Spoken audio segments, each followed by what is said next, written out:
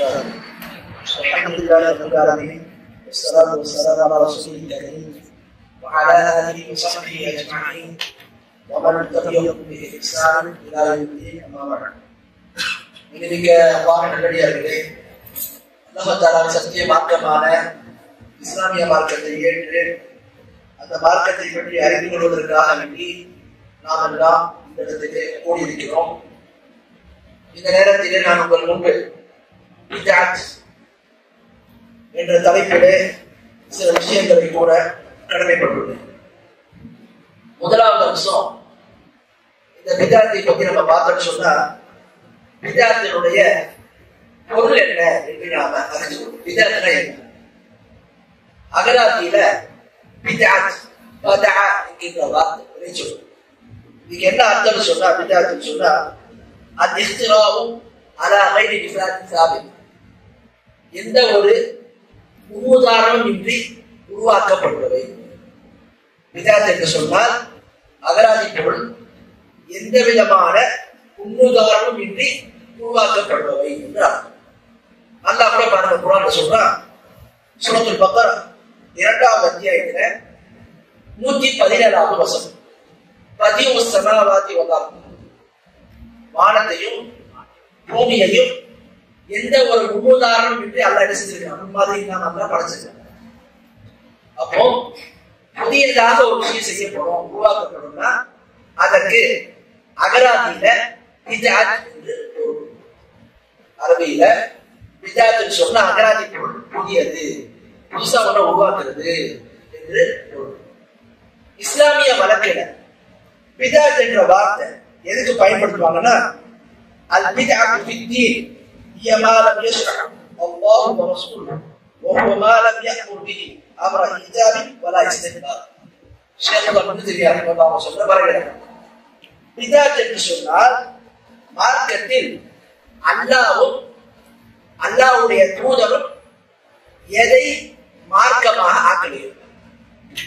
பித்அத்னா அல்லாஹ்வும் அல்லாஹ்வுடைய தூதரும் எதனை மார்க்கமாக ஆக்கவில்லையோ அதில் எந்த விதமான ஒரு கட்டளையும் இடப்பட்டிருக்காது அதை பத்தி.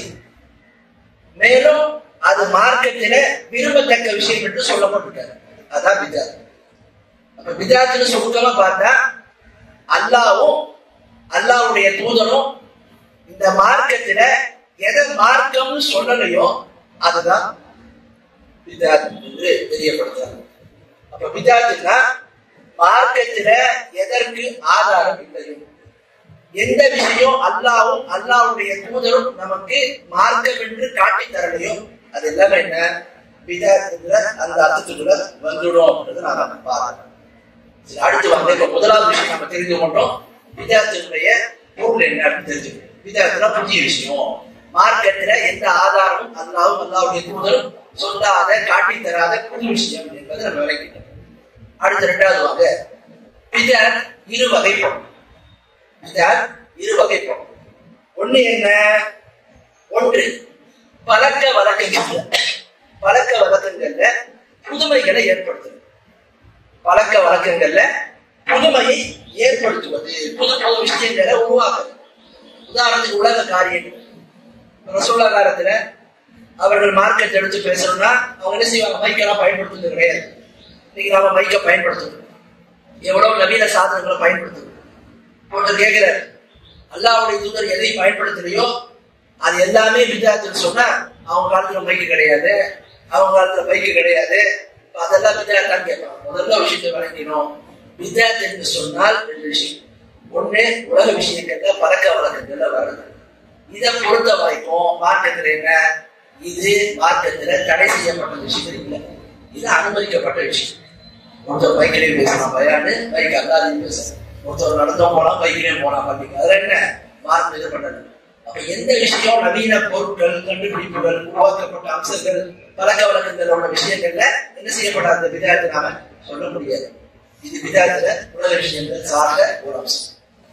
அடுத்து பித்அத்துல 2வது ஒரு அம்சம், அது என்ன? மார்க்கத்துல தீன்ல வரக்கூடிய பித்அத். மார்க்கத்துல தீன்ல வரக்கூடிய பித்அத். இந்த பிதாத்தை பொறுத்த வரைக்கும் பாத்தீங்கன்னு சொன்னா இது தடுக்கப்பட்டிருக்கு. மார்க்கத்துல புதியவைகளை புதிய நிகழ்வுகளை உருவாக்குறது மார்க்கம் தடுக்குது. நான் முதல்ல சொன்ன விஷயத்துல சொன்ன எங்கேயுமே தடை செய்யல. நான் கொண்டு வராத புது உலக விஷயத்துல ஏதாவது கொண்டு வந்தால் அது ரத்து செய்யப்படணும், நிராகரிக்கப்படணும் சொல்ல உலக விஷயங்களை பொறுத்த வரைக்கும் மார்க்கத்துல தடை கிடையாது, உருவாக்கணும். ஆனா மார்க்கம் சொல்லக்கூடிய விஷயத்துல இரண்டாவது விஷயம் பார்த்தீங்கன்னா இதுல என்ன சொல்றாங்க,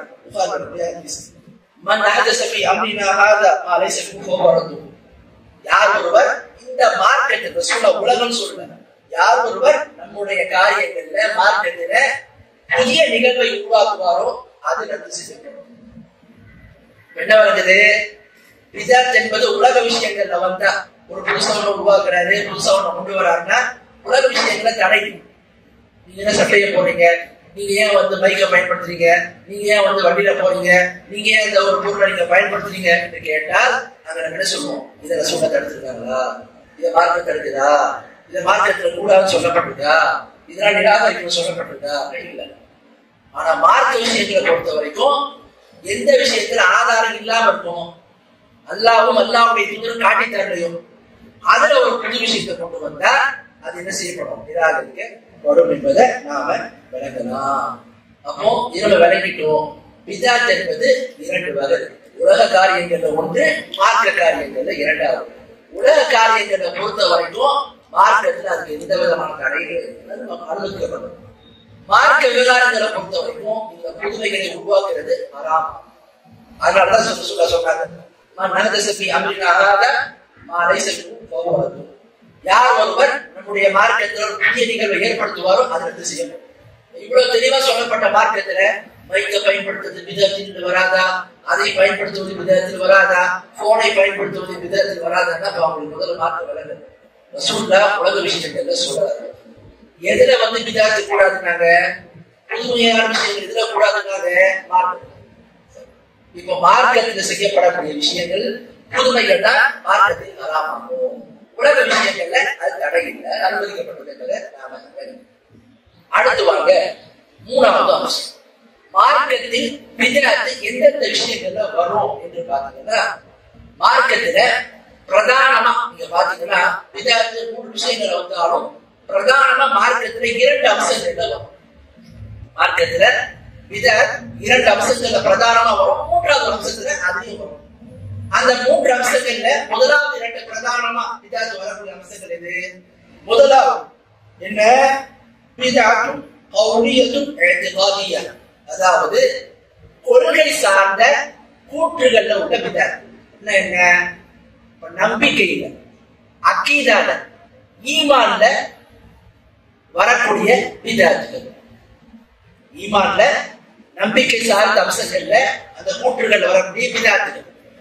உதாரணத்துக்கு அல்லாஹ்வுடைய பெயர்களையும் பண்புகளையும் அப்படியே நம்ம சொல்லணும். இதுல ஒருத்தவங்க என்ன பண்ணாங்க, ஜஹ்மியாக்கள் கூட்டம் வந்தாங்க. அவங்க என்ன பண்ணாங்க, அல்லாஹ்வுக்கு பெயர் கிடையாது பண்பு கிடையாது மறுத்தாங்க. அவங்கள பார்த்து இன்னொரு கூட்டம் வந்தாங்க, மோத்த செய்யறாங்க, அல்லாஹ்வுடைய பெயரை நாங்க எடுத்துக்கிடுவோம், அல்லாஹ்வுடைய பண்பை நாங்க எடுத்துக்கிட்டோம். இன்னும் சிலர் வந்தாங்க, அல்லாஹ்வுக்கு 7 பண்புகள் மட்டும்தான் இருக்கு, மற்ற பண்புகளுக்குலாம் வியாக்கியானம். இதெல்லாம் என்ன, கொள்கை சார்ந்த பிதாத். பாத்தியா ஓதுறது, இறந்தவங்களுக்காக நம்ம செய்யறது, அது போன்ற காரியங்கள், இது எல்லாமே எதுல வந்துடும், மார்க்கத்துல. அல்லாஹ்வுடைய தூதருக்கு அல்லாஹ் எந்த மார்க்கத்தை கொடுத்தானோ அதுல கொள்கை விஷயங்கள்ல என்னென்ன மாற்றங்கள் செய்யப்படுது அது எல்லாமே வந்து.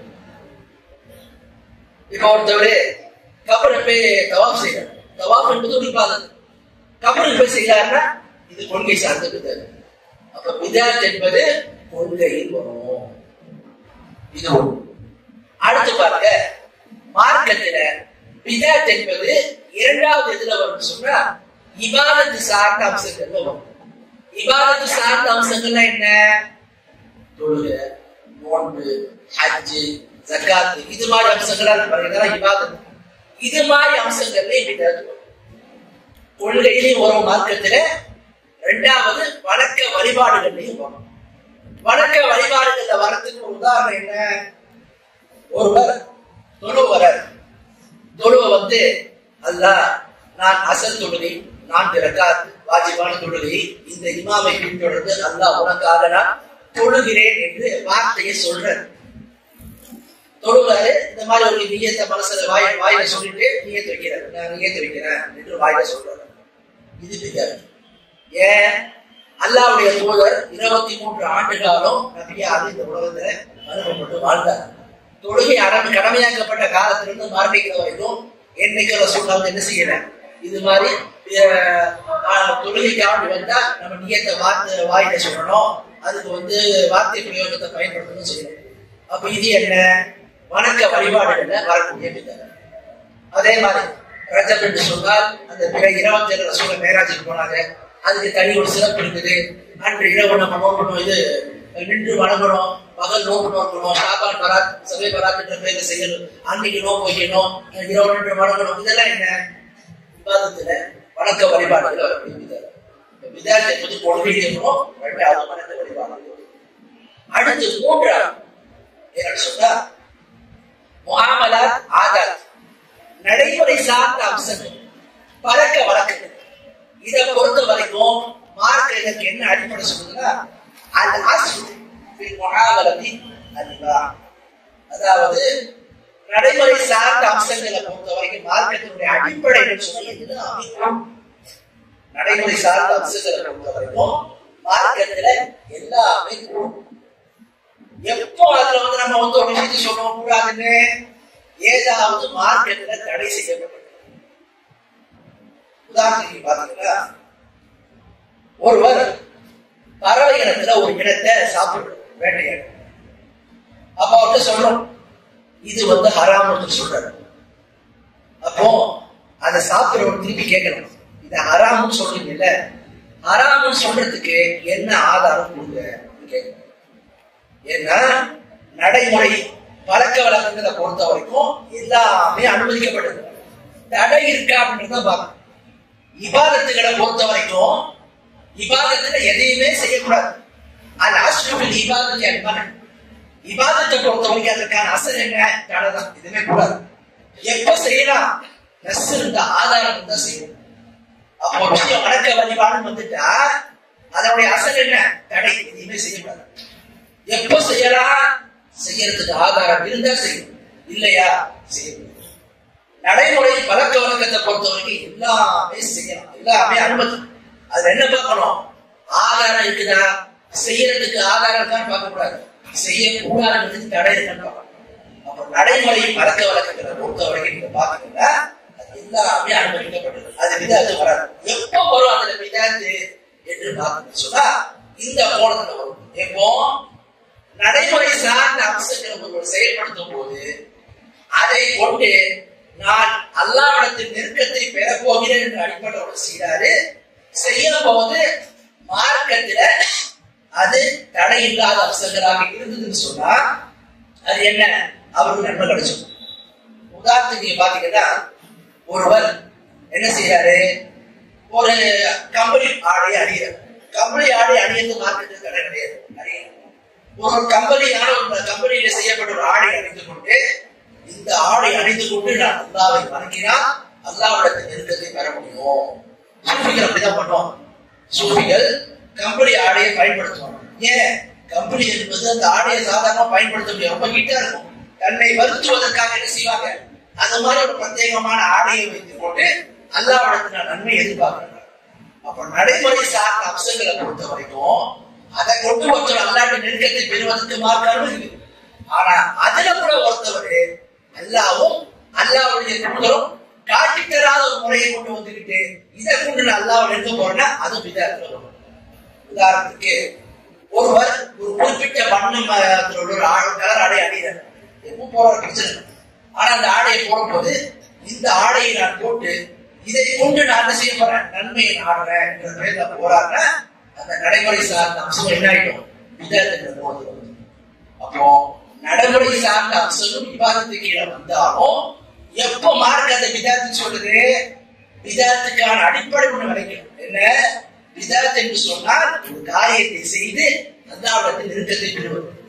அப்ப நடைமுறை சார்ந்த அம்சங்களாக இருந்தாலும் ஒருவர் மார்க்கம் காட்டி தராத ஒரு விஷயத்தை அது மார்க்கத்தில் இருப்பது போல் கருதி கொண்டு அது நடைமுறை பழக்க வழக்க விஷயமாக இருந்தாலும் அதை கொண்டு அல்லாஹ்வுடைய நான் நெருக்கத்தை பெற விரும்புகிறேன் அடிப்படையில் செஞ்ச அதுவும் விதத்தை.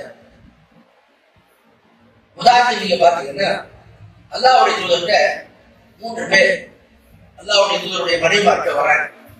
ரசூலுல்லாஹ்வுடைய இபாதத்துக்கு எப்படி இருக்குன்னு கேட்கிறாங்க. அப்போ அல்லாஹ்வுடைய தூதர் இரவு நேரத்துல வணக்கமும் செய்வாங்க, அல்லாஹ்வுடைய தூதருடைய ஆன்மீக வாழ்க்கை சொல்லணும் கேட்கிறாங்க. ரசூலுல்லாஹ்வுடைய மனைவிமார்க்க சொல்றாங்க அல்லாஹ்வுடைய தூதர் திருமணம் நிக்காம இருக்கிறாங்க, இபாதத்துக்கு செய்வாங்க. இன்னொரு சொல்றாங்க அல்லாஹ்வுடைய தூதர் சாஸ்திரப்படியே அவங்களுடைய நோன்பு எப்படி இருந்துச்சு, சில காலங்கள் நோன்பு வைப்பாங்க, சில காலம் நோன்பு வைக்காம இருப்பாங்க, நோன்பு செய்யாத வைக்காம இருப்பாங்க. 13 பேர் ஒருத்தர் சொல்றாரு, நான் இனி திருமணமே பிடிக்க மாட்டேன், ஆன்மீகத்தில் என்னுடைய வாழ்க்கையை கிடைக்க போறேன். இன்னொருத்தர் இரவெல்லாம் என்று வணங்க போறாங்க.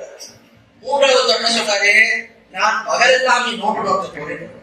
இந்த விஷயம் ரசூலுல்லாஹ் தெரிய வரும்போது ரசூலுல்லாஹ் மக்கள் அதை சொன்னாங்க, எல்லாரையும் விட அல்லாஹ்வுக்கு அதிகமா பயப்படக்கூடியவன் நான் என்று சொல்லிவிட்டு சொல்றாங்க, நான் இரவுல உணவு செய்யறேன்,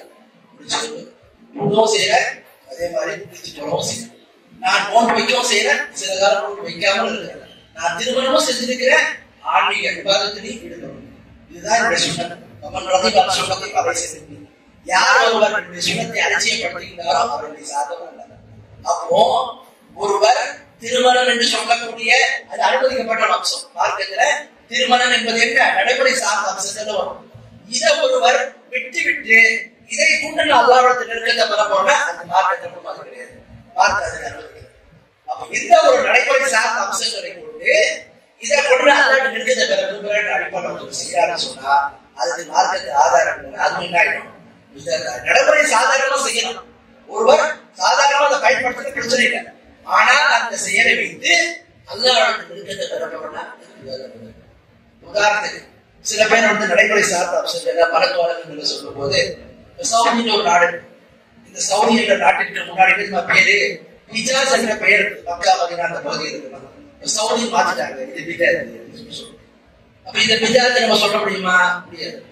ஏன் மாத்தினவங்க யாரும் இந்த பெயரை உச்சரிப்பதனால இந்த பெயரை சொல்றதுனால இதற்கு நாங்கள் அல்லாஹ்வுடைய நெருக்கத்தை எதிர்பார்த்து இந்த பெயரை வைக்கிறதுனால வச்சிருக்காங்க இல்ல, அவங்க அவங்களுடைய தேவைகளை வைத்திருக்கிறாங்க. இதை கொண்டு அல்லாஹ்வுடைய நெருக்கத்தை பெற என்னெல்லாம் ஒரு கிடையாது. அப்போ மார்க்கெட்டில நடைமுறை சார்ந்த அம்சங்களை கொண்டு ஒருவர் என்ன செய்யாது, இது மாதிரி அல்லாஹ்வுடைய நெருக்கத்தை பெற விரும்புகிற சொன்னா எதுல போயிடும், எப்ப பிதாத்தாவும் நெருக்கத்தை பெறுகின்ற எண்ணத்தோட போனாங்கன்னா பிதாத்தா. பிறந்த நாள் பிறந்த நாள் பிறந்த நாள் இது பிதாத்தா இல்லையா, இதுக்கு மார்க்க வேண்டிய சொல்லும். பிறந்த நாள் என்பது என்ன, மார்க்கத்துல இல்ல, இது இபாதத்தும் கிடையாது. இது எதுல வரும், நடைமுறை சார்ந்த அம்சங்கள்ல வரும். நடைமுறை சார்ந்த அம்சங்களை பொறுத்த வரைக்கும் அடிப்படை என்ன, தடை இருக்கான்னு பார்க்கணும். ரசூலுல்லாஹ் கொண்டாடணும் என்ன சொல்லிருக்காங்களா இல்ல, கொண்டாட்டு போலாமா, அந்த தடையை பார்க்கணும். என்ன தடை, ரசூலுல்லாஹ் சொல்றாங்க, யார் ஒருவர் பிற மத கலாச்சாரத்தை பின்பற்றுகிறாரோ அவர் நம்மை சார்ந்தவர், அவங்க அந்த சமுதாயத்தை சார்ந்தவர் ஆகிடுவார். யார் பிற மத கலாச்சாரத்தை பின்பற்றுகிறாரோ அவர் அந்த சமூகத்தை சார்ந்தவர் ஆகிடுவார். அப்போ பிறந்த நாளை கொண்டாடுறது கிறிஸ்துவனுடைய கலாச்சாரம். அப்ப அதை ஒரு முஸ்லிம் செயல்படுத்தினாங்கன்னா அது என்ன ஆயிடும், அவங்களுக்கு ஒப்பாக நடந்த அந்த பாவத்துக்கு சமமாயிடும். எப்போ பிறந்த நாள் என்ற அடிப்படையில் ஒருவரை கொண்டாடி கொண்டு இதை நான் மார்க்கமா பார்க்கிறேன்னு சொன்னான், இதை கொண்டு நான் அல்லாஹ்வுடைய நெருக்கத்தை பெறவில்லை என்று சொன்னால் அப்போ இது அதுக்கான முடிவு தீர்வு. ஆனால் ஒருவர் பிறந்த நாள் என்ற நாளை கொண்டாடிவிட்டு இதை கொண்டு நான் அல்லாஹ்வுடைய நெருக்கத்தை பெற விரும்புகிறேன், இதை கொண்டு நான் அல்லாஹ்ட்ட என்ன செய்ய ஒரு நன்மையை கருத்து நான் செயல்படுத்த சொன்னா அப்ப அது மாற்றம் சொல்லக்கூடிய அப்ப இதை நாம விலகிக் கொள்ள வேண்டும். நடைமுறை சார்ந்த அம்சங்களை பொறுத்த வரைக்கும் மார்க்கம் எல்லாத்தையும் எதெல்லாம் தடை செய்யலையோ அது எல்லாமே அனுமதி. ஆனால் அந்த அனுமதியானது எப்போ அதை செய்யக்கூடியவர் மார்க்க அடிப்படை செய்ய பிரச்சனை. அதுல சொல்லாத விஷயத்தை செய்து கொண்டு நான் அல்லாஹ்வுடைய நெருக்கத்தை பெற போறேன்னு சொன்னா அப்ப என்ன ஆயிடும், அவர் அல்லாஹ்வுக்கு அந்த எதிர்சிய விதாத் செய்தவர் அவர் ஆகிவிடுவார் என்பதை நாம பார்க்கலாம். விதாத் என்பது இப்படி 3 வகைகள். ஒன்று இபாதத், ஒன்று கொள்கை, இரண்டாவது இபாதத்துல, மூன்றாவது நடைமுறை சார்ந்த அம்சம். இபாதத்துல எங்கெங்கெல்லாம் விதாத் வரும், பிதாத் என்பது இபாதத்துல வணக்க வழிபாடுகள்ல எப்படி வரும்னா ஒரு 4 வடிவுல பிரதானம். வணக்க வழிபாடுகள்ல பிதாத் என்பது எப்படி உருவாகும் என்று சொன்னால் ஒரு 4 அடிப்படைகள்ல 4 வழிகள்ல வரும். முதலாவது வழி என்ன? மார்க்கம் எந்த ஒரு விஷயத்திற்கு அசலாக ஒன்றை சொல்லவே இல்லை. மார்க்கத்துல எந்த ஒரு விஷயத்திற்கு அசலாக ஒன்றை சொல்லவே இல்லையோ அது என்ன ஆயிடும்? பிதாத். உதாரணத்துக்கு ஒருவர் பள்ளிக்கு வர்றார். பள்ளிக்கு வந்து அவர் என்ன செய்யாரு? பள்ளியில உட்காரத்துக்கு முன்னாடி 2 ரக்காத்து காணிக்கை தொழுகை தஹியத்துல் மஸ்ஜித் தொழுகை உட்கார்றாரு. இது மார்க்கத்துல இருக்கு. அல்லாஹ்வுடைய தூதர் சொல்றாங்க, லா யஜ்லிஸன் அஹதுக்கும் ஹத்தா யஸல்லி ரக்காத்தை. ஒரு பள்ளிக்குள்ள நுழைஞ்சாருன்னா 2 ரக்காத்து தொழுது விட்டு அவர் உட்காரணும். ரசூலுல்லாஹ் வந்து சொன்னாங்க, ஒரு பள்ளிக்கு வராருன்னா 2 ரக்காத்து காணிக்கை தொழுதுட்டு உட்கார்ந்தாருன்னா அது என்ன? ரசூலுல்லாஹ் சொன்னாங்க செயல்படுத்தல. உடனே பண்ணாரு, பள்ளிக்கு போகும்போது காணிக்கை தொழுத மாதிரி நான் என்ன பண்றேன், இதே நபர் 2 ரக்காத்தை எப்பதான் நான் வீட்டுக்குள்ள நுழையணும் அப்பதான் 2 ரக்காத்து தொழுது உட்கார்றேன். உட்கார்ந்தாருன்னா இது பிதாத். ஏன்? மார்க்கத்துல எங்கேயுமே காணிக்கை தொழுகைன்னு ஒரு தொழுகை இருக்குது. எதுக்கு? பள்ளிக்கு இருக்குது. அப்படி ஒரு தொழுகை எங்க ரசூலுல்லாஹ் என்ன செய்யல? வீட்டுக்குள்ள நுழைஞ்சா நீங்க தொழுது உட்காருன்னு சொல்லுங்க. வீட்டுல ஒருத்தர் போறாரு, யதார்த்தமா 2 ரக்காத்து தொழுது உட்காராரு, அது வேற. ஒருவர் இதை காணிக்கை தொழுகை மாதிரி இருக்கிற எண்ணத்துல செய்யறாருன்னா அது என்ன ஆயிடும்? பிதாத் என்று சொன்னால் எந்த ஒரு காரியம் இபாதத்துல அதற்கு அசலே இல்லையோ, அடிப்படை ஆதாரமே இல்லையோ அது பிதாத்.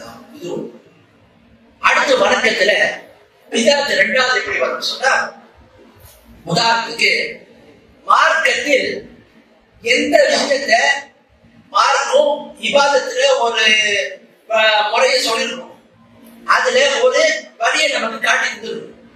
அந்த வழியை விட அந்த முறையை விட கூடுதலாக உதாரணம், ஒருவர் 10 தொழுகைய 2 ரக்காத்து 4 ரக்காத்து நான் தொழுறேன்னு தொழுது, இது பிதாத். ஏன்? மார்க்கத்துல ஃபஜ்ர் சொன்னா 2 ரக்காத் தான், மக்ரிப் சொன்னா 3 ரக்காத் தான், இஷா சொன்னா 4 ரக்காத் தான். இதுல கூடுதல் குறைவை ஏற்படுத்துறது யாருக்கு அதிகாரம் கிடையாது. அப்படி ஒருத்தர் அதை கொண்டு வர்றான்னு சொன்னா அப்ப அது என்ன ஆயிடும்? பிதாத்தாக ஆகிவிடும் என்பதை நம்ம பார்க்கணும். அப்ப பிதாத்னு சொன்னா ஒன்று அதற்கு அசலே இல்லைன்னு சொன்னா வணக்க வழிபாட்டுல அது பிதாத். 2வது அசல் இருக்குது, ஆதாரம் இருக்குது, அந்த ஆதாரத்துல கூடுதல் குறைவை உண்டாக்குனா அது என்ன ஆயிடும்? பிதாத். அதான் சொன்னேன், 4 ரக்காத்துக்கு 5 ரக்காத்தா மாத்துது, 2 ரக்காத்துக்கு 4 ரக்காத்தா மாத்துது, மக்ரிப் 3 ரக்காத்து 2 ரக்காத்தா மாத்திக்க. இது என்ன? பிதாத். அடுத்து வணக்க வழிபாட்டுல பிதாத் எப்படி வரும் சொன்னா இப்படியும் வரும். எப்படி? அல்லாஹ்வுடைய தூதர் எந்த வழிமுறையை காட்டி தந்தாங்களோ அந்த வழிமுறைக்கு மாற்றமாக ஒண்ணு கொண்டு வரும்.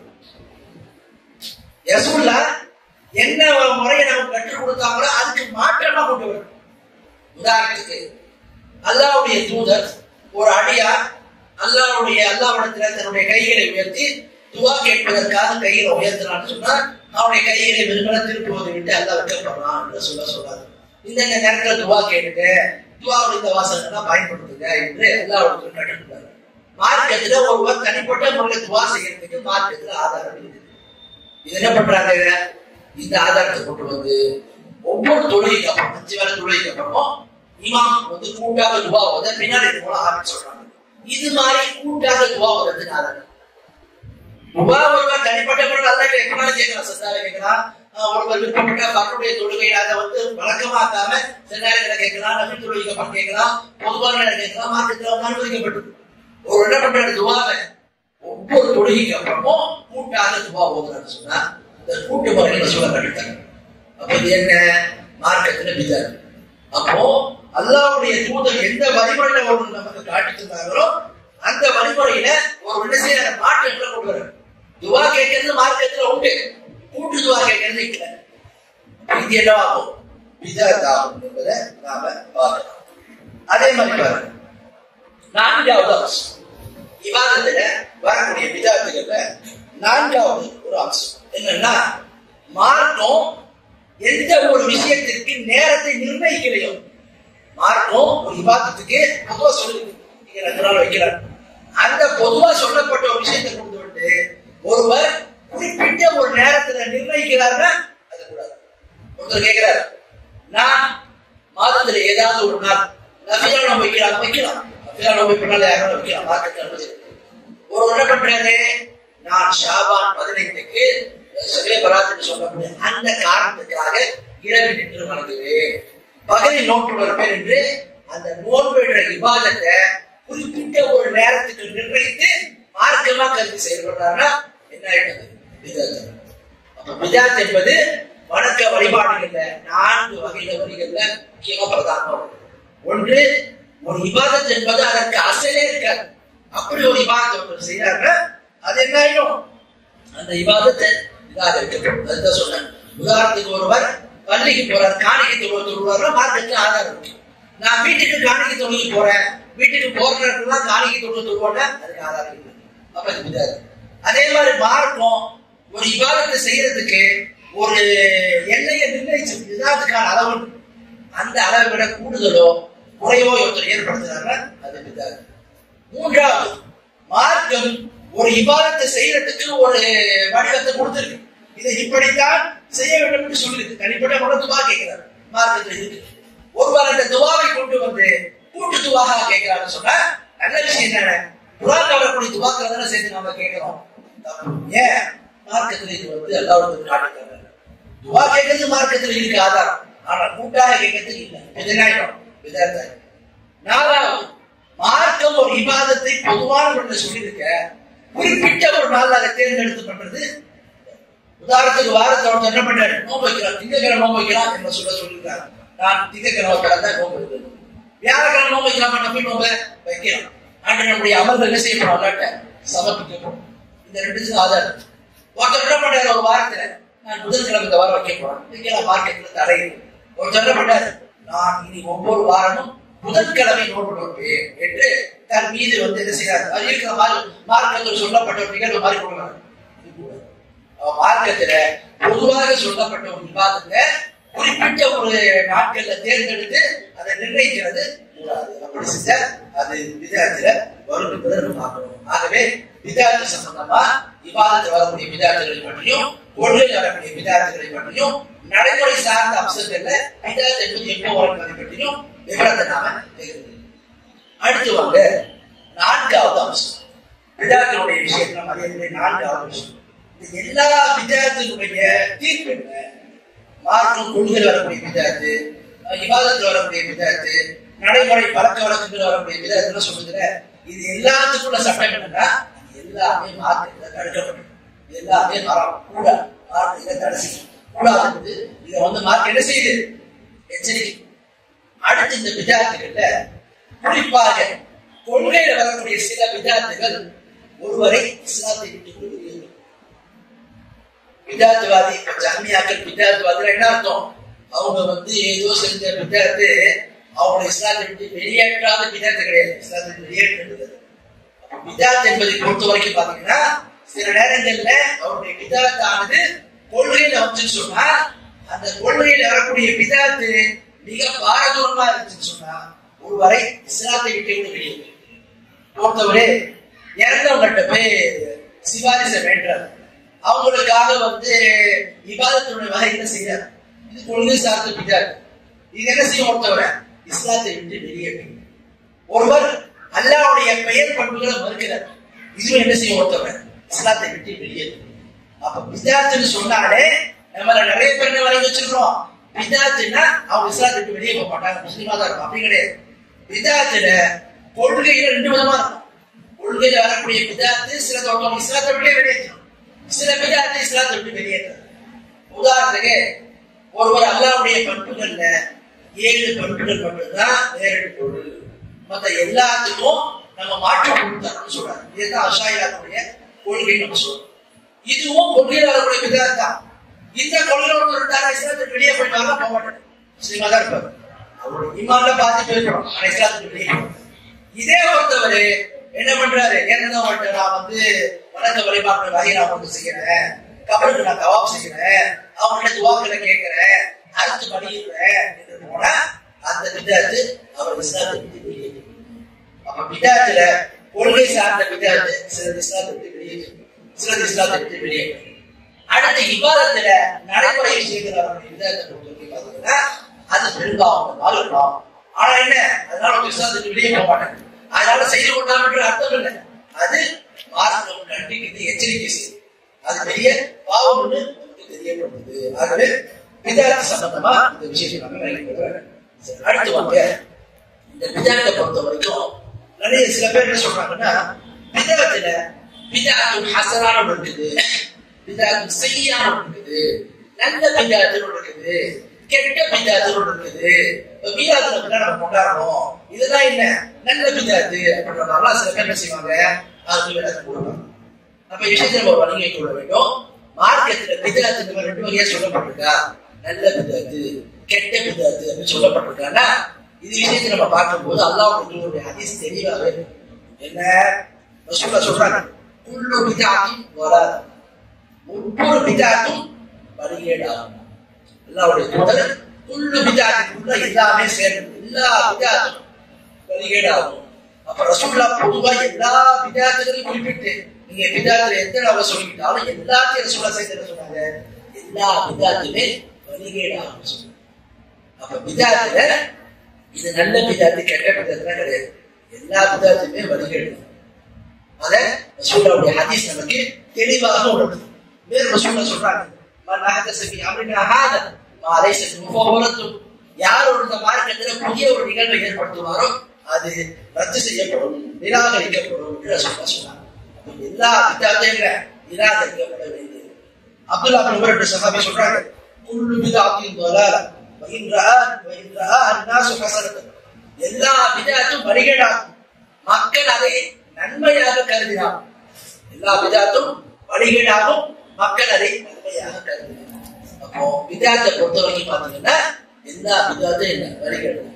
இமாம் ஷாஃபி போன்ற அறிஞர்கள் சொல்றாங்க, சொன்னா பிதாத் இரண்டு வகையா சொல்லுங்க. பிதாத் என்பது இரண்டு வகைப்படும். பிதாத்து பிதாத்தான், பிதாத்து மஹ்மூதா, பிதாத்து மத்மூமா சொல்றாங்க. பிதாத் இரு வகைப்படும். என்ன இரு வகைப்படும்?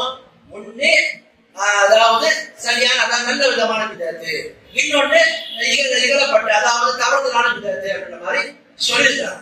அந்த சொல்லிட்டு அவங்க என்ன விளக்கம் கொடுக்குறாங்கன்னா, பிதாத்து மஹ்மூதான்னு சொன்னா ஃபமாவா கபசுன்னா, எதெல்லாம் சுன்னாவிற்கு ஒத்து போகின்றதோ அவையெல்லாம் நல்ல பிதாத்து. அடுத்து பிதாத்து மஸ்மூமா, இகழப்பட்ட பிதாத்து எதுன்னு சொன்னா ஃபமா கபசுன்னா ஃபவ மஸ்மூமா, எந்த பிதாத்தானது சுன்னாவிற்கு எதிராக இருக்குமோ அந்த காரியங்கள்லாம் என்னவாகும், அதெல்லாம் அந்த கெட்ட பிதாத்துல வந்துடும். இந்த இடத்துல இமாம் ஷாஃபி ரஹ்மத்துல்லாஹி என்ன சொல்றாங்கன்றத பொதுவா விளங்கணும். இத சில பேர் என்ன பண்றாங்க, தவறுதலை விளங்கிட்டு பாருங்க பெரிய பெரிய இமாம்கள்லாம் நல்ல பிதாத்து கெட்ட பிதாத்து சொல்லிட்டாங்க. இதை விளங்குறதுக்கு என்னன்னு சொன்னா, இமாம் ஷாஃபி ரஹ்மத்துல்லாஹ் எந்த அர்த்தத்தை சொல்றாங்க அவங்களே விளக்குறாங்க. மார்க்கத்துல நல்ல பிதாத் என்பது எந்த அர்த்தத்துல அவங்க சொல்றாங்கன்னா, எது சுன்னாவிற்கு ஒத்து போகும். சுன்னா என்பது என்ன, குர்ஆன் சுன்னா ரெண்டு அர்த்தத்துல பல காலத்துல பயன்படுத்தப்பட்ட வார்த்தை. சுன்னான்ற வார்த்தை விசாலமான பொருளை கொண்டது. அக்கீதாவை குறிப்பதற்கும் பயன்படுத்தப்படும், குர்ஆன் சுன்னாவை குறிப்பதற்கும் பயன்படுத்தப்படும். அதாவது அஹ்லு சுன்னத் வல் ஜமாஅத் சொல்றோம். ஒரு சுன்னா மட்டும் ஹதீஸ் மட்டும் எடுத்துக்கணும் கிடையாது, குர்ஆன் சுன்னாவை ஒருங்கிணைப்போடு எடுத்துக்கணும், அந்த ஜமாஅத்தோட பற்றி பிடிக்கிறோம். அப்ப இந்த இடத்துல அவங்க சொல்றாங்கன்னா, எது நல்ல பிதாத்து, எது சுன்னாவோட ஒத்து போகும். சுன்னாவோட ஒத்து போகணும் என்ன அது விளக்க சொல்றாங்க. என்னன்னா அல்லாஹ்வுடைய தூதருடைய காலத்துல, அதாவது சஹாபாக்கள் காலத்துல, அல்லாஹ்வுடைய தூதருடைய காலத்துல ஒரு காரியம் செய்யப்படும். அந்த காரியம் ரசூலுல்லாஹ் காலத்துல இப்ப நாம ஒரு காரியம் செய்யறோம், அந்த காரியம் ரசூலுல்லாஹ் காலத்துல இல்லாம இருந்திருக்கும். ஆனால் என்ன, குர்ஆனுடைய அந்த ஆதாரங்கள் ஹதீஸுடைய ஆதாரங்கள் ஒத்து போச்சுன்னா அது நல்ல விஷயம், அது புதுமையான விஷயம் தான், நல்ல விஷயம். உதாரணத்துக்கு ஒருவர் வியாபாரத்துல ஒரு அம்சத்தை செய்யறாரு, வியாபாரத்துல ஒரு விஷயத்துல ஈடுபடுறது. ரசூலுல்லாஹ் காலத்துல இந்த மாதிரி வியாபாரம் கிடையாது. உதாரணத்துக்கு பாருங்க, இன்னைக்கு கூட ஷேர் மார்க்கெட், இப்ப இதெல்லாம் ரசூலுல்லாஹ் காலத்துல இருந்துச்சா, இன்னைக்கு முறையெல்லாம் இல்ல, நிறைய நவீன வடிவம் இருக்கு. இப்ப இந்த எல்லா நவீன வடிவத்துக்கும் நம்ம எப்படி வியாபாரத்தில் இது கூடும் இது கூடாதுன்னு எப்படி சொல்றோம்? ரசூலுல்லாஹ் சொல்ற பொதுவான ஹதீஸ்கள், ஆதாரங்கள், குர்ஆனுடைய பொதுவான தகவல்கள், வியாபாரத்தை பற்றி வரக்கூடிய சட்டங்கள், இது எல்லாத்தையும் ஒப்பாய்வு செய்து இந்த நவீன வடிவம் அதோட ஒத்து போச்சுன்னா கூடும், ஒத்து போனா கூடாது. இந்த அர்த்தத்துல அவன் சொன்னார். இமாம் ஷாஃபி சொன்னதுக்கான நோக்கம் என்ன? எது மார்க்கெட்டுக்கு ஒத்து போதும் என்ன அர்த்தம்? எது மார்க்கெட்டோட ஆதாரங்களோடு அந்த ஆதாரத்திலிருந்து பெறப்படக்கூடிய சட்டங்களோடு ஒத்து போகின்றதோ அது மார்க்கெட்டுக்கு ஏற்றுக்கொள்ளப்படும். எது முரணா இருக்குதோ, எது அதற்கு மாற்றமா இருக்குமோ அது நிராகரிக்கப்படும். அதான் சொல்றாங்க. இத உமர் ரலியல்லாஹு அன்ஹு அவருடைய அந்த சம்பவத்தை வைத்து வர உமர் ரலியல்லாஹு அன்ஹு என்ன பண்றாங்கன்னா சொல்றாங்க, நிஅமல் பித்அத்து ஹாதி நிஅமல் பித்அத்து ஹிய. சொல்றாங்க உமர் ரலியல்லாஹு அன்ஹு என்ன, ரசூலுல்லாஹ் 3 நாள் தான் சில சந்தர்ப்பங்கள்ல சஹாபாக்கள் ரசூலுல்லாஹ்வோடு என்ன செய்திருக்காங்க, இரவு தொழுகையை அப்துல்லாஹ் இப்னு அப்பாஸ் ரசூலுல்லாஹ்வுடைய மனைவிமார்கள் ஜமாத்தாக தொழுதிருக்காங்க. சஹாபாக்களை பொறுத்த வரைக்கும் 3 நாள் தொழுதாங்க ரசூலுல்லாஹ்வோட அந்த இரவு தொழுகை கியாமுல் லைல. 4ஆம் நாள் மக்கள் எல்லாம் காத்து கொண்டு ரசூலுல்லாஹ் வரல. ஏன் வரல? எங்க கடமையாக்கப்பட்டுமோ என்று ரசூலுல்லாஹ் பயந்து வராமல் இருந்தார். அபூபக்கர் சித்திக் ரலியல்லாஹு அன்ஹு காலத்திலயும் இன்னைக்கு நம்ம தொழுற பாருங்க, பள்ளியில என்ன செய்ய மாட்டாங்க, தராவியா தொழுகை ஜமாத்தெல்லாம் தொழுவ மாட்டாங்க. அவங்க ஒரு நாள் 4 பேர் சேர்ந்து தொழுது போயிடும். ஒரு இமாம் நின்று தொழு வைக்க இப்படி எல்லாரும் பின்னாடி தொழு, அந்த மாதிரி சிஸ்டம் கிடையாது. உமர் ரலியல்லாஹு அன்ஹு கலீஃபாவாக ஆறாங்க. அவங்க பாக்குறாங்க எல்லாத்தையும் என்ன செய்யலாம், ஒரு இமாமுக்கே நம்ம கொண்டு வரலாம்னு சொல்லி என்ன பண்றாங்க, உபய் இப்னு கஅப், தரீம் தார் என்று சொல்லக்கூடிய 2 சஹாபாக்களை இமாம்களாக நியமித்து அவங்களுக்கு எல்லாத்தையும் ஒன்று சேர்த்தாங்க. அப்ப அதை பார்த்து சொன்னாங்க, உமர் ரலியல்லாஹு அன்ஹு என்ன பண்ண சொன்னாங்க, நிஅமல் பித்அத்து ஹாதி, இது நல்லா இருக்கு இந்த பித்அத், இது நல்லா இருக்கு இந்த பித்அத். அப்ப இதை வச்சு சில பேர் என்ன விளக்கிட்டாங்கன்னா, அப்ப பித்அத் நல்ல பித்அத் ஒன்று இருக்குது, அதுதான் இதை விளக்கிட்டாங்க. மீராதுல பித்அத் என்ன நல்ல பித்அத் இல்ல. அவங்க நல்ல பித்அத் எந்த அர்த்தத்துல சொன்னாங்கன்னா, மார்க்க அர்த்தத்துல சொல்ல, எந்த அர்த்தத்துல சொன்னாங்க, அகராதி பொருளை சொன்னாங்க. அகராதினா என்ன, இந்த புதிய முறை நல்லா இருக்கு, அது புதிய முறைனா என்ன, இதுக்கு முன்னுதாரணமே இல்லைன்ற அடிப்படையில் இல்ல, இதுக்கு முன்னுதாரணம் இருக்குது. எங்க ரசூலுல்லாஹ் கிட்ட இருக்கு. என்ன ஆதாரம்? அல்லாஹ்வுடைய தூதர் 3 நாட்கள் என்ன பண்ணாங்க, தராவியா தொழுகையை 3 நாட்கள் ஜமாத்தாக தொழுகை நடத்திருக்காங்க. ரசூலுல்லாஹ் உயிர் வாழும் போது சஹாபாக்கள் அவங்களுக்குள்ளே சிறு சிறு ஜமாத்தாக 4 பேர் 5 பேர் தனித்தனி என்ன செஞ்சிருக்காங்க, தொழுதிருக்காங்க. அப்ப இங்க என்ன இருக்குது, அசல் இருக்கா இல்லையா, அடிப்படை இருக்குது. அப்ப அதை வச்சுதான் உமர் என்ன பண்ணாங்க, ரசூலுல்லாஹ்வுக்கு அப்புறம் 3 நாள் தொழ வச்சாங்க. ஏன் ரசூலுல்லாஹ் நிப்பாட்டினாங்க, எங்க இது கடமையாயிட்டோமோ பயந்தாங்க. அப்படி ஒரு வாய்ப்பு இப்போ இல்ல, அதுக்கு என்ன பண்ணாங்க, ரசூலுல்லாஹ் கடமையாயிட்டோம் பயந்து என்ன பண்ணாங்க, ரசூலுல்லாஹ் அதை விட்டாங்க. இப்ப அப்படி ஒரு வாய்ப்பு இல்லை. ஏன் இல்ல, ரசூலுல்லாஹ்வுடைய மரணத்துக்கு அப்புறம் மார்க்கத்தில் கடமையான வம்சம் கிடையாது, மார்க்கத்தில் புதுசு கடமையில ஆகப்படுறதும் கிடையாது. மார்க்கம் நல்லா சொல்றா, மார்க்கத்தில் முழுமை சொல்லணும். இதுக்கப்புறம் புதுசாக ஆகப்படுறது கிடையாது. அப்ப அந்த நோக்கம் என்னவா இருந்துச்சு. அப்போ உமர் ரலியல்லாஹு அன்ஹு சொன்ன இந்த வழிமுறை புதிய வழிமுறை நல்லா இருக்குன்றதுக்கு என்ன அர்த்தம், எந்த அர்த்தத்துல சொல்றாங்க, ரசூலுல்லாஹ் காட்டி தராத ஒரு வழிமுறையை கொண்டு வரல, ரசூலுல்லாஹ்ட்ட அசல் இருக்கு, செய்யறதுக்கான ஆதாரம் இருக்கு, அதான் என்ன செய்யறாங்க. இன்னொரு விஷயம் பார்ப்போம், அல்லாஹ்வுடைய தூதர் ஸல்லல்லாஹு அவர்கள் இன்னைக்கு நாம ஓதக்கூடிய குர்ஆன் மாதிரி 2 அட்டைகளுக்கு மத்தியில குர்ஆனை தொகுத்து கொடுத்தாங்க ரசூலுல்லாஹ் இல்ல. ஆனால் இல்ல, ரசூலுல்லாஹ் காலத்திலே குர்ஆன் எழுதப்பட்டுச்சு, எழுதப்பட்டு தனித்தனி பிரதிகளாக வைக்கப்பட்டிருந்துச்சு, தனித்தனி பேப்பர்கள் வைக்கப்பட்டிருந்துச்சு. அபூபக்கர் சித்திக் அவர்கள் என்ன பண்ணாங்க, அது எல்லாத்தையும் 2 அட்டைகளுக்கு மத்தியில தொகுத்தாங்க. அப்ப அசல் என்ன, எழுதுறதுக்கு அந்த ஆதாரம் இருக்குது, தனித்தனி பிரதிகளா எழுதுனாங்க, அதை ஒன்று சேர்த்தாங்க. அவ்வளவுதான். ஹதீஸ்ல ரசூலுல்லாஹ் என்ன பண்ணாங்க, இதே மாதிரிதான் தனித்தனியாக எழுதி வைக்கப்பட்டுச்சு. அதுக்கப்புறம் ஹதீஸ் திரட்டப்பட்டது. அப்போ அசல் இருக்கிறது. அப்ப இந்த இடத்துல நன்றாக வழங்கிக் கொள்ள வேண்டும். நல்ல பிதாத்து கெட்ட பிதாத்து கிடையாது, பிதாத்து எல்லாமே வழிகள் ரசூலுல்லாஹ் சொல்றாங்க. இமாம்கள் சில பேரு நல்ல பிதாத்துன்னு சொல்றாங்க, அதுக்கு எந்த அர்த்தத்துல சொல்றாங்க, அதற்கான அசல் இருக்குது, ஆதாரம் இருக்குது. எங்க ஆதாரம் இல்லையோ அப்படிப்பட்ட இடத்துல இனிமா வார்த்தை சொல்றாங்க. மீலாது நபி கொண்டாடுறாங்க, இது நல்ல பிதாத். எந்த இமாம் சொன்ன நல்ல பிதாத்? இது என்ன ஆதாரம் இருக்கு? சஹாபாக்கள் எப்ப கொண்டாடினாங்க? ரசூலுல்லாஹ்வுடைய மனைவிமார்கள் எப்ப கொண்டாடினாங்க? ரசூலுல்லாஹ்வுடைய பிறந்த தினத்தை எப்ப கொண்டாடினாங்க? ரசூலுல்லாஹ் இந்த நேரத்துல தான் பிறந்தாங்கன்றது உறுதியாகல. அப்புறம் இங்க இதெல்லாம் கொண்டு வர்றாங்க. அப்போ இதை நாம தெரிஞ்சுக்கொள்ள வேண்டும். பிதாத்துகளை பொறுத்த வரைக்கும் இந்த மாதிரி எங்கேயாவது இடத்துல இது நல்ல பிதாத் என்று சொல்லப்பட்டு அதற்கு ஆதாரம் இருந்தால் அது எந்த அர்த்தத்தை குறிக்கும்? மார்க்க ரீதியான பிதாத்தின் அர்த்தத்தை குறிக்காது. மாறாக எந்த அர்த்தத்தை குறிக்கும்? மொழி ரீதியான அர்த்தத்தை குறிக்கும். மொழி ரீதியான அர்த்தம் என்ன? புதுமையானது, இந்த புது விஷயம் அர்த்தம். அதற்கு அசல் இருந்தால் அது சரியாக ஒதுக்கும். அதுக்கு அசல் இல்லைன்னா நிராகரிக்கப்பட்டோம் அப்படின்னு நாம பார்க்கலாம். ஆகவே பிதாத் சம்பந்தமான முக்கியமான விஷயங்கள் பிதாத் சம்பந்தமான வரைக்கும் நம்ம பிதாத்தினுடைய அகராதிகளை பார்த்தோம். பிதாத் 2 வகைப்படும் பார்த்தோம். அடுத்து மார்க்கத்தில் வரக்கூடிய பிதாத் 3 வகைப்படும் பார்த்தோம். 4வது ஒட்டுமொத்தமா பிதாத்தினுடைய மார்க்கம் சொல்லக்கூடிய தீர்ப்பு என்ன என்பதையும் நாம தெரிந்து கொள்வோம். அடுத்ததாக 5வது பிதாத் எப்போது தோன்றியது? பிதாத் எப்போது தோன்றியது என்று பார்த்தீங்கன்னா, அல்லாஹ்வுடைய தூதர் ஸல்லல்லாஹு அலைஹி வஸல்லம் ஒரு முன்னறிவிப்பு செய்யறாங்க. சொல்றாங்க, எனக்கு அப்புறம் நீங்க இந்த உலகத்துல வாழ்ந்தீங்கன்னு சொன்னா நிறைய கருத்து வேறுபாடுகளை காண்பீங்க. அந்த நேரத்துல என்னுடைய சுண்ணாவையும் நேரடிப்பட்ட கலிஃபாவுடைய சுண்ணாவையும் பற்றி பிடித்துக் கொள்ளுங்கள் என்று அல்லாஹ்வுடைய சொல்றாங்க. ரசூலுல்லாஹ்வுடைய முன்னறிவிப்பு என்ன?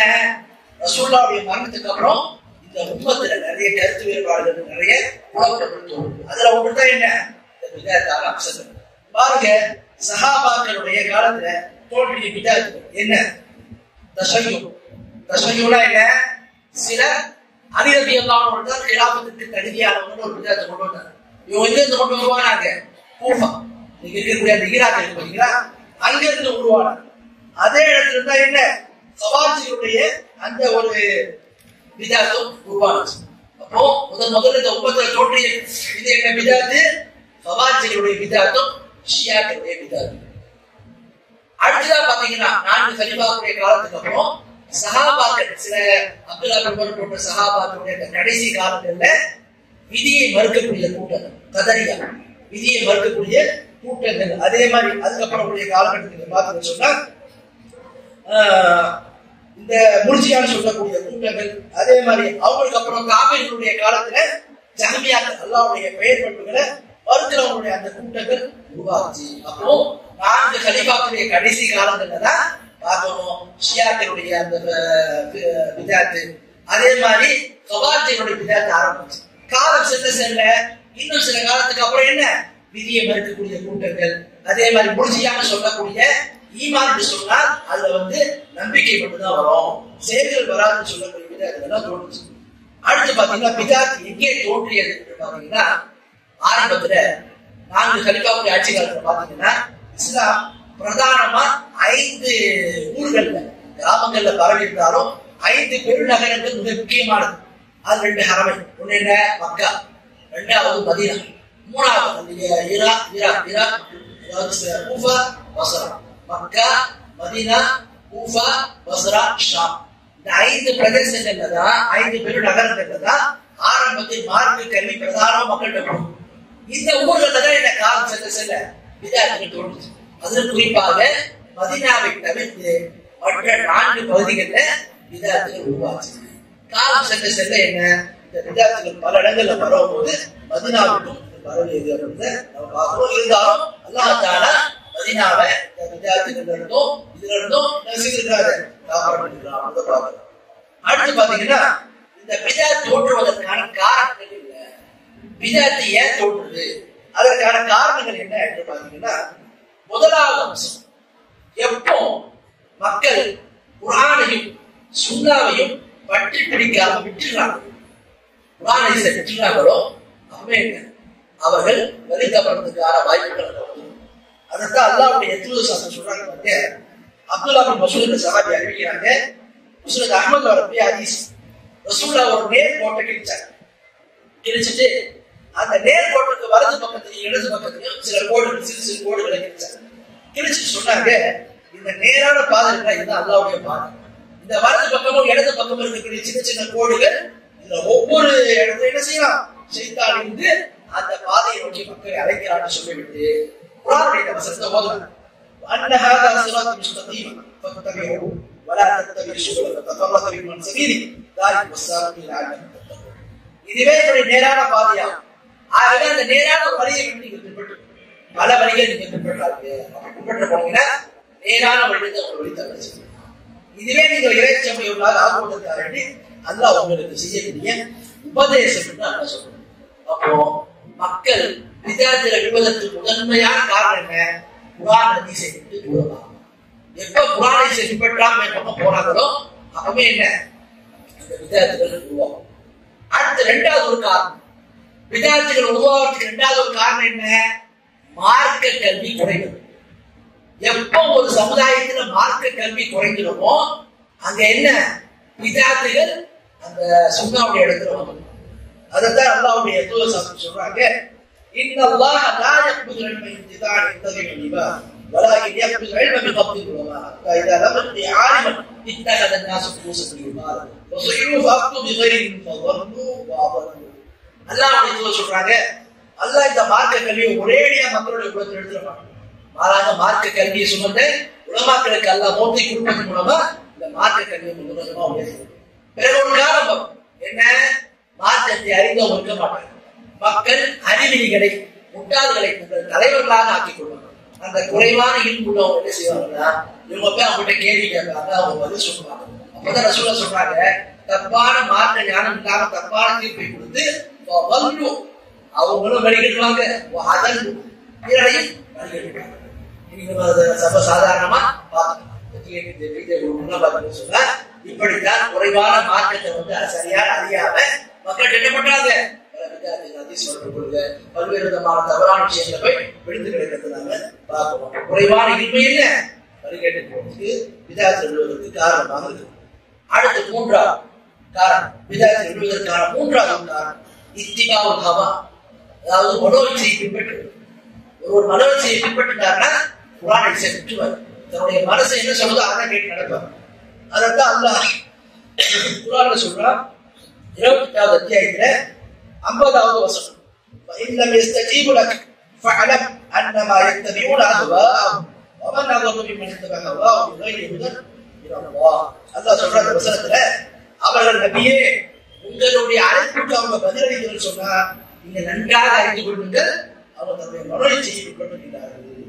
யார் ஒருவர் தன்னை மனோச்சையை பின்பற்றுகின்றாரோ நேரில் இல்லாமல் அவனை விட வழிகட்டவன் யார் நல்லது. எப்போ ஒருத்தர் மனோச்சையை பின்பற்றுகின்றாரோ அந்த மனிதன் விதாத்தில் விழுவான். அடுத்து நான்காவது காரணம் என்ன காரணம் சொன்னா, விதாத்தில் விழுவதற்கான நான்காவது காரணம் என்னன்னா மனிதன் தனி மனிதர்கள் மீதான பற்று. சில மனிதர்கள் என்ன செய்வாங்க, இதுதாங்க குர்ஆனில் சிலருக்கு சொன்னது, எங்க இமாம் இப்படிதான் சொல்லிருக்காங்க, எங்க தலைவர் இப்படிதான் சொல்லிருக்காரு, எங்க ஜமாத் இப்படிதான் சொல்லுங்க, குர்ஆனில் ஓரமா எங்க ஜமாத் முடிவெடுத்தா அதுதான் மாற்றம். இதுவும் என்ன விதாத்தில் விழுவதற்கு வழிவரும். அல்லாஹ் குர்ஆன்ல சொல்றான் 2வது அத்தியாயத்துல 170வது வசனம், வைதா அகில் முத்தபியுமா அந்தல்லாஹ் ஆலு பன்னத்தபியுமா அன்ஹா. அவங்க இடத்துல அல்லாஹ் இறக்கியதை நீங்க பின்பற்றுங்கள் என்று சொல்லப்பட்ட அவங்க சொல்லுவாங்க, இல்ல இல்ல நாங்கள் எங்களுடைய மூதாதைகளை எதன் மீது கண்டோமோ அதிலே இருக்கும். இது மக்களுக்கு காப்பிர்கள் சொன்னது. நீங்க முஸ்லீம் சொல்லிட்டு சில பேர் பிதாத்து செய்யறாங்க, அவங்களுக்கு போகணும். நீங்க மார்க்கத்துல இல்ல, நீங்க செய்யக்கூடிய கூட்டுதுவா மார்க்கத்துல இல்ல, நீங்க செய்யக்கூடிய இந்த ரஜப் மற்றப்பட்ட பிதாத்துகள், சஃபர் மாசத்துல செய்யக்கூடிய ஒவ்வொரு மாசம் செய்யக்கூடிய பிதாத்துகள் இதெல்லாம் இல்ல மார்க்கத்துல சொன்ன, இல்ல இல்ல இதெல்லாம் வாழையா செஞ்சு வரோம், நீங்க புதுசா சொல்றீங்க. இன்னும் குர்ஆனை பின்பற்றக்கூடிய மக்கள்கிட்ட பார்த்தா ஏதாவது குர்ஆனை இதுதான் சொன்னா இதுதான் சஹாபாக்கள் வழிபட அழைக்கட்டும், எங்க அமைப்பு இதுதான் தீர்மானம் போட்டாங்க, எங்க அமைப்பு பைலாவுக்கு உபயோகம் மார்க்கம்னு சொன்னா மார்க்கத்தை என்ன செய்யும், அதை நம்ம செயல்படுத்தணும். எப்படி இமாமுடைய கருத்தை எடுத்துட்டு சில பேரு தனி மனித பட்டு இருக்கிறாங்களோ தனி மனித இயக்க வெளியே பிடிச்சு சில பேர் என்ன பண்றாங்க, இது மாதிரி விதாத்துகளையும் பாவங்களையும் விடுவதற்கு காரணமா இருக்கு. அடுத்து 5வது காரணம் என்ன, காபிர்களுக்கு ஒப்பாக நடக்கும். காபிர்களுக்கு ஒப்பாக நடக்கும். அல்லாஹ்வுடைய தூதர் ஸல்லல்லாஹு அலைஹி வஸல்லம் மக்காவுடைய வெற்றிக்கு அப்புறம் ஹுனைன் இடத்துக்கு போர் செய்யறதுக்காக போறாங்க. அப்போ ஒரு புதிய ஜாதி இஸ்லாத்தை ஏற்றுக்கொண்ட சிலர் வர்றாங்க. வந்து என்ன சொல்றாங்க, அல்லாஹ்வுடைய தூதர்கிட்ட எல்லாம் சொல்லுதே, இந்த முஸ்லிம்களுக்கு ஷிர்க் செய்யறவங்களுக்கு தாத்து அன்பாத்துன்னு ஒரு மரம் உள்மம். அந்த மரத்துல அவங்க போர்க்களத்துக்கு போறதுக்கு முன்னாடி தங்களுடைய ஆயுதங்கள் எல்லாம் அங்க தொங்க விடுவாங்க. அது மாதிரி இப்ப நாங்க முஸ்லிம் ஆயிட்டோம், எங்களுக்கு ஒரு மரத்தை நீங்க காட்டுங்க. அந்த மரத்தை உங்களுக்கு தொங்க விட முடியாது, வேற ஒரு மரத்தை காட்டுன்னு கேட்டாங்க. ஏன்னா அவங்க மரத்தை தெரியல, அப்பதான் முஸ்லிம் தெரிஞ்சது.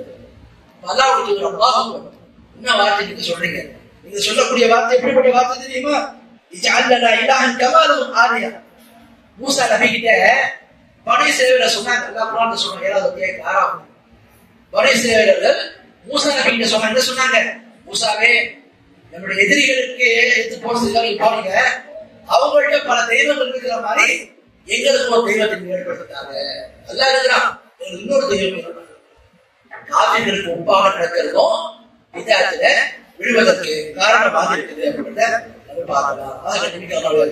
விதாத்துல விழுவதற்கான காரணம் பார்க்கலாம். அடுத்து வாங்க, இந்த விதாத்துவாதிகளை பொறுத்த வரைக்கும் பாத்தீங்கன்னா இதை நாம இந்தியா போட்டு விதாத்துவாதிகளுடைய சபையில உட்கார் டிஎன்டிஜே பேச்ச பிஜே பேச்ச ஏன் கேட்கக்கூடாது சொல்றோம்?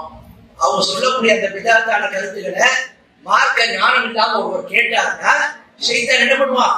அவனை தவறான சொல்லக்கூடிய அந்த விஷயத்தை சரியான காட்டணும், அவன் சொல்றது சரியான கேட்கணும். அதனாலதான் யாருக்கு மார்க்க ஞானத்துல தெளிவு இருக்காதோ அப்படிப்பட்டவங்க விதாத்துவாதிகளுடைய சபையில உட்காரு. தெளிவுள்ளவங்க உட்கார்ந்து அவங்களுக்கு நேர்வழியை காட்டுவதற்கு பக்கம் அழைப்பதற்கும் அவங்களுடைய பேச்சுகளுக்கு மறுப்பளிக்கிறதுக்கும் போறாங்க, அது வேற.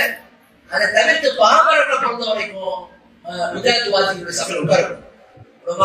கடுமையை எதிர்த்திருக்கிறார், நிறைய உபதேசத்தை. எனவே விதாத்துவாதிகளுடைய சபையில உட்கார்வது, அவங்களுடைய பேச்சுகளை கேட்பது, அவங்களுடைய கருத்துக்களை உள்வாங்கிறது கூடாது. அதனால தூரமா ஒரு மனிதன் என்ன செய்ய முடியும்?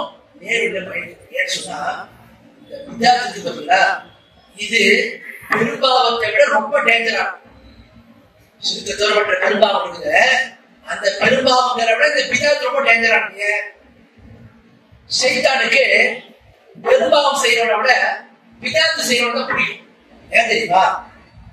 பெரும்பாவம் செய்யறவன் நான் செய்யறது என்ன சொல்லி செய்வான், பாவம் எனக்காவது ஒரு நாள் நான் தௌபா கேட்டு திருத்தத்துக்கு ஒரு வாய்ப்பு, நான் செய்யறது தவறு திருத்தோட எண்ணத்தோட நீங்க திருந்து. விதாத்து செய்யறவன் விதாத்து என்னைக்குமே என்ன பார்க்க மாட்டான், தவறாக பார்க்க மாட்டான். அது என்னவா பார்ப்பான்? நன்மையானதான் பார்ப்பான். நம்ம செய்யறது நல்ல விஷயம் பார்ப்போம். அதனாலதான் ஷைத்தானுக்கு பெரும்பாவத்தை விட விதாத்து விருப்பமானது.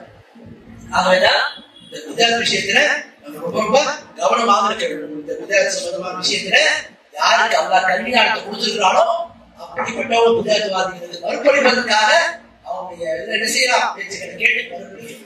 அதை தவிர்த்து யாருக்கு மார்க்கத்தின் அடிப்படை ஞானத்துல தெரியவில்லையோ அல்லது அவங்களுடைய விஷயத்தை கேட்டா நம்ம தடுமாறோட நடக்குதோ அப்படிப்பட்ட விதாத்துவாதிகளுடைய சபையில் இருக்கட்டும், அவருடைய பேச்சில் இருக்கட்டும் தூரமாக இருக்கட்டும்.